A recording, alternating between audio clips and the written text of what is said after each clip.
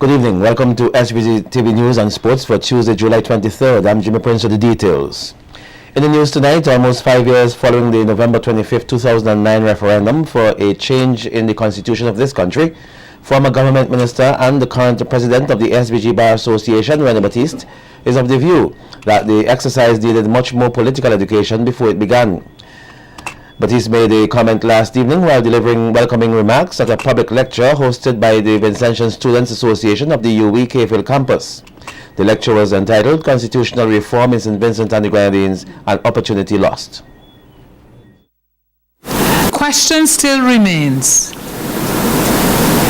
After the vote, is this the Constitution we really want? And if you were to ask some folks, what were the first 2 pages of the draft Constitution, they won't remember.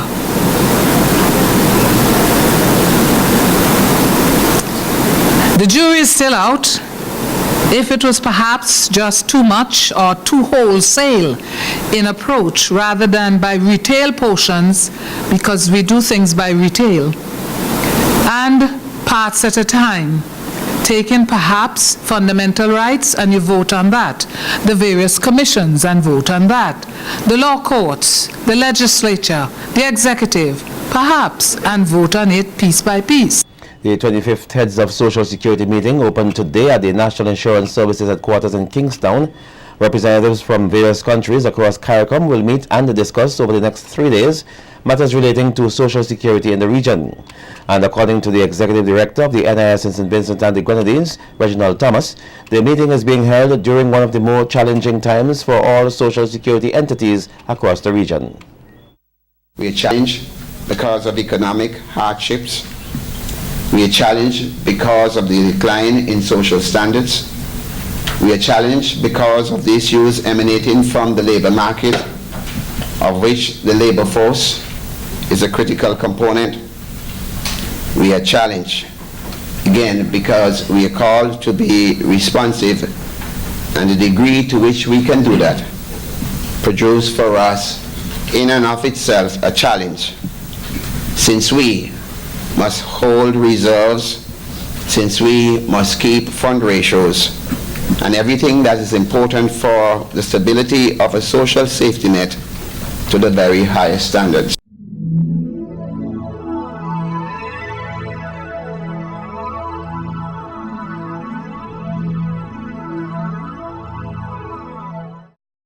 Meanwhile, Prime Minister Dr. Al Gonzalez, while delivering the feature presentation of this morning's opening ceremony, states that the lack of a central component or directive to implement policies throughout member states means that there is no mechanism in place for the decisions agreed upon at forums such as this one to be implemented by individual countries.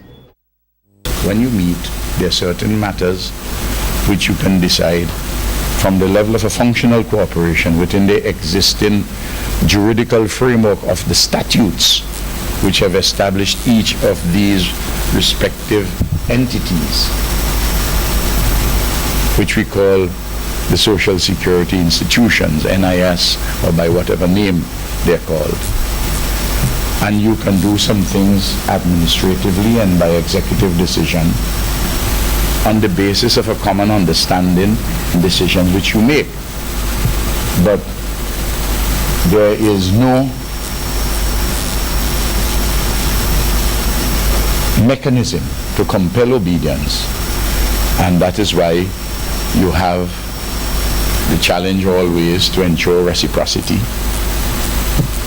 and that if you have to make any fundamental change, you have to get it to go to the heads of government or the relevant ministerial council within CARICOM, and then to get it to the attorneys general, and then to get it to the cabinet, and then to get it to the respective parliaments. Additionally, Dr. Gonzalez explains that the elements surrounding the economic meltdown in 2008 and continuing have not only affected the economies across the region, but that of the collections of social security entities throughout the region. And at the same time, fewer opportunities arise for your investment. of the monies that you collect. In the case of St. Vincent and the Grenadines, the actuary has reported to us that on an average, we require 6.5% returns on our investment. And then governments, some governments, begin to run up arrears on their contributions, and state entities and private sector, some private sector firms begin to find it difficult to pay all their social security contributions on a timely basis, even though they do their deductions, and you are forced to use the instruments of the law which provide for the enforcement. And there's often a time lag, and there are arrangements made to pay arrears, but they don't quite follow through. And then you have to use whatever attachments you may have in your law to their real property, to their assets and the like. Following weeks of complaints by Vincentians, internet and the cable provider Flow has promised to review its channel lineup along with pricing and the content structure of its basic package offering. In a letter to Prime Minister Dr. Al Gonzalez, dated July 22, 2014, President and Chief Operating Officer of Columbus, John Reid, thanked Dr. Gonzalez for making himself available to meet with Columbus's team.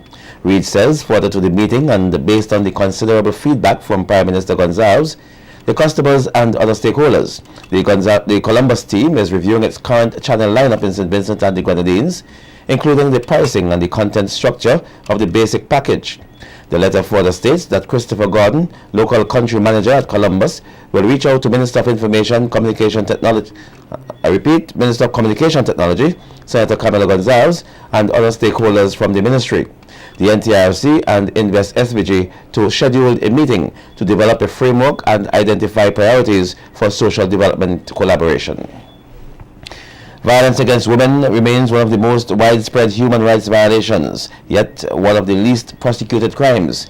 That's according to a program specialist with the United Nations for Gender Equality, Gabriel Henderson, while speaking at the National Consultation on National Strategic Plan on Gender-Based Violence in St. Vincent and the Grenadines. Henderson says global estimates suggest that up to 6 out of 10 women will experience physical or social violence in her lifetime, and stresses that there is a need for more prosecution. Gender-based violence, and in particular violence against women and girls, is one of the most common forms of insecurity facing citizens in the Caribbean. The Caribbean Human Development Report notes that citizen insecurity has become an urgent challenge for human development in the Caribbean, with gender seen as the strongest predictor of criminal behavior and criminal victimization. While traditional gender roles inform male vulnerability to involvement in violence and organized crime, women and girls are made vulnerable to physical and sexual abuse.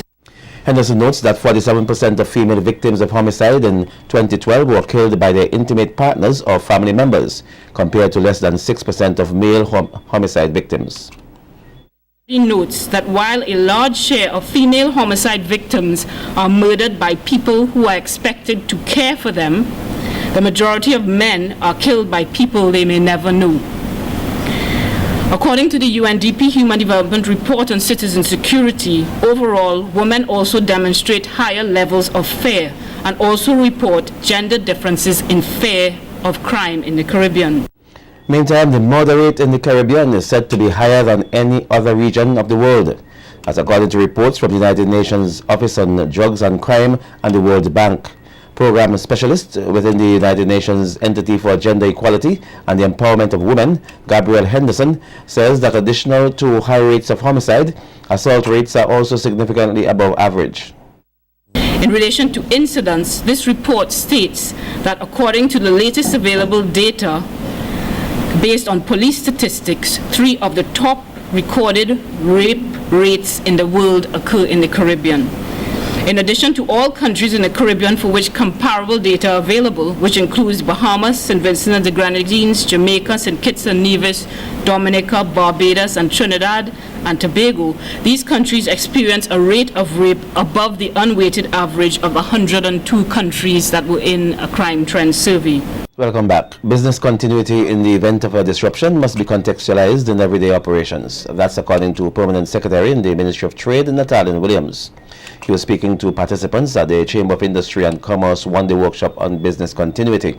Williams notes that it is important that persons understand that disruption to business does not only occur during natural disasters. One of the key workers could fall sick and cannot be at work. And if your business core operation is centered around that person, you have a problem.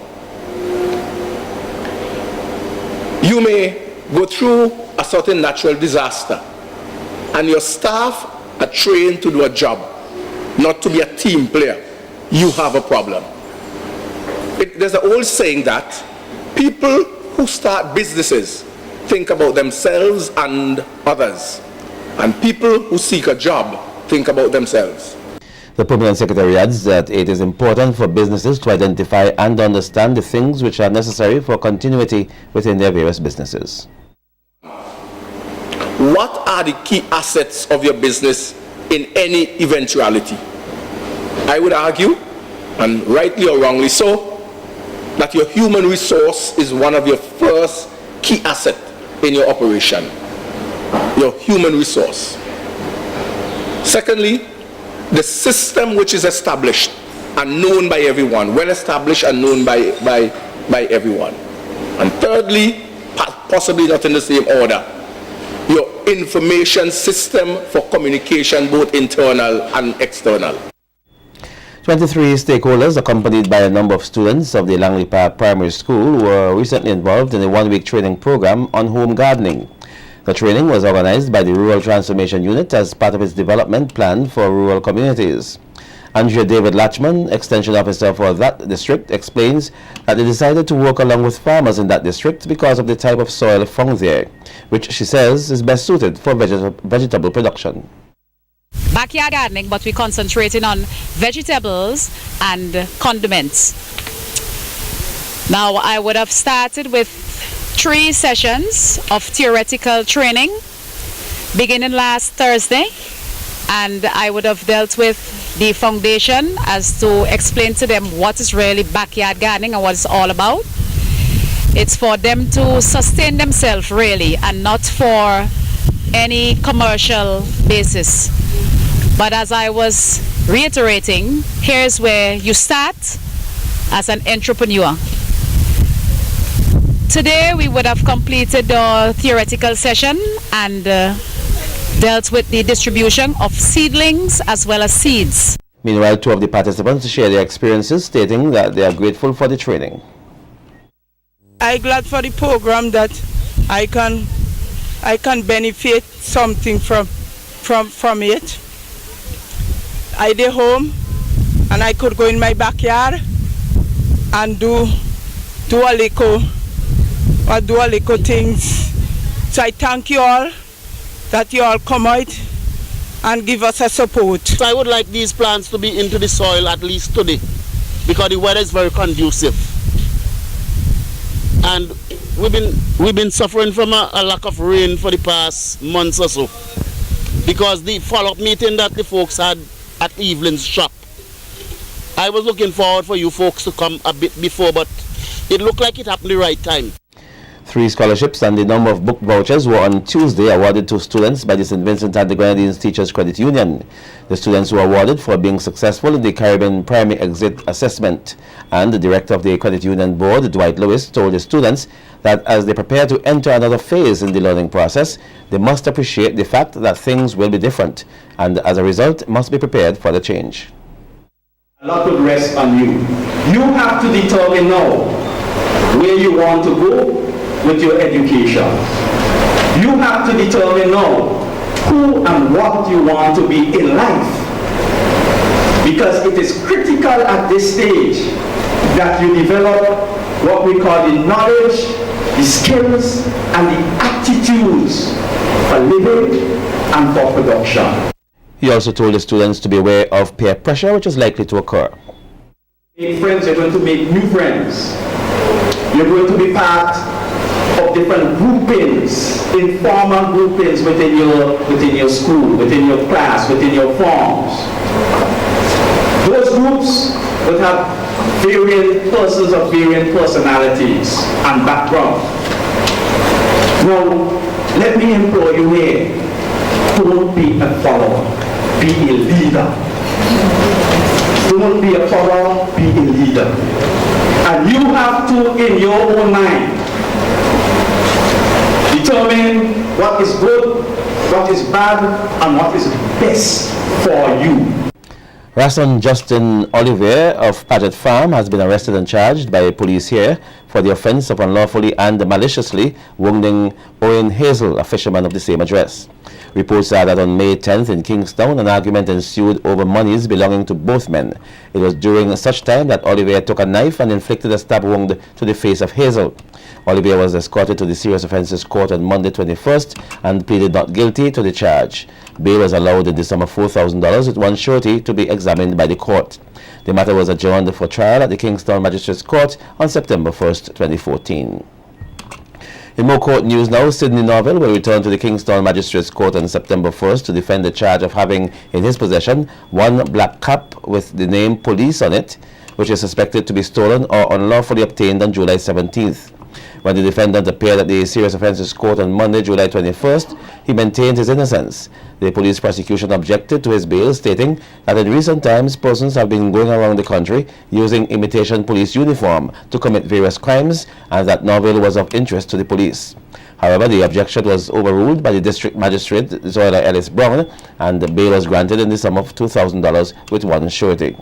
He was also ordered to report to the Central Police Station every Friday between 6 a.m. and 6 p.m. until the case is heard. 4 additional persons have been selected to compete in the finals of the Hyrule Under the Crown promotion, which will be held this Friday at the Solidarity Incorporated Car Park. The 4 persons are Sherry-Ann Batiste of South Rivers, Kellyanne Sam of Town Hill, Nani Belingi of Buckerment Bay, and Carlos John of Otley Hall. According to commercial manager at the brewery, Shafia London Williams, for the first time the company will host a live game show. London says the promotion, dubbed Unlock Your Carnival, was launched on May 23rd, and during this 2-month period, several consumers of the Hyrule Bay have won instant prizes. That should be prizes. She notes that 6 persons won an instant entry into the draw by getting a door symbol under their crown. First round, all 10 persons will come up and they'll each pick a key, and one of those keys, only one, will be a winning key. Whatever is behind that door, the person whose key opens that door, the prize belongs to them. The other 9 persons, say for example in the first draw, will go on to door number 2. The 9 persons try the door, and again 1 person will open that door. So that 1 person gets the prize. Could be a really good prize as well as a not so good prize, but they get to walk away with that prize, and the other 8 persons will continue. In the end, there'll be 2 doors left and 2 persons, and those 2 doors will be opened simultaneously. And whatever is behind the door, again, the person whose key fits, who unlocks the door, will win that prize. He further outlines what are some of the prizes which can still be won. So for example, behind door number 1, you can see a trip for 2 to crop over. Behind door number 2, you may meet a sparkling tricycle. Behind door number 3 could be a pot set. Behind door number 4, however, could be a room filled with cash.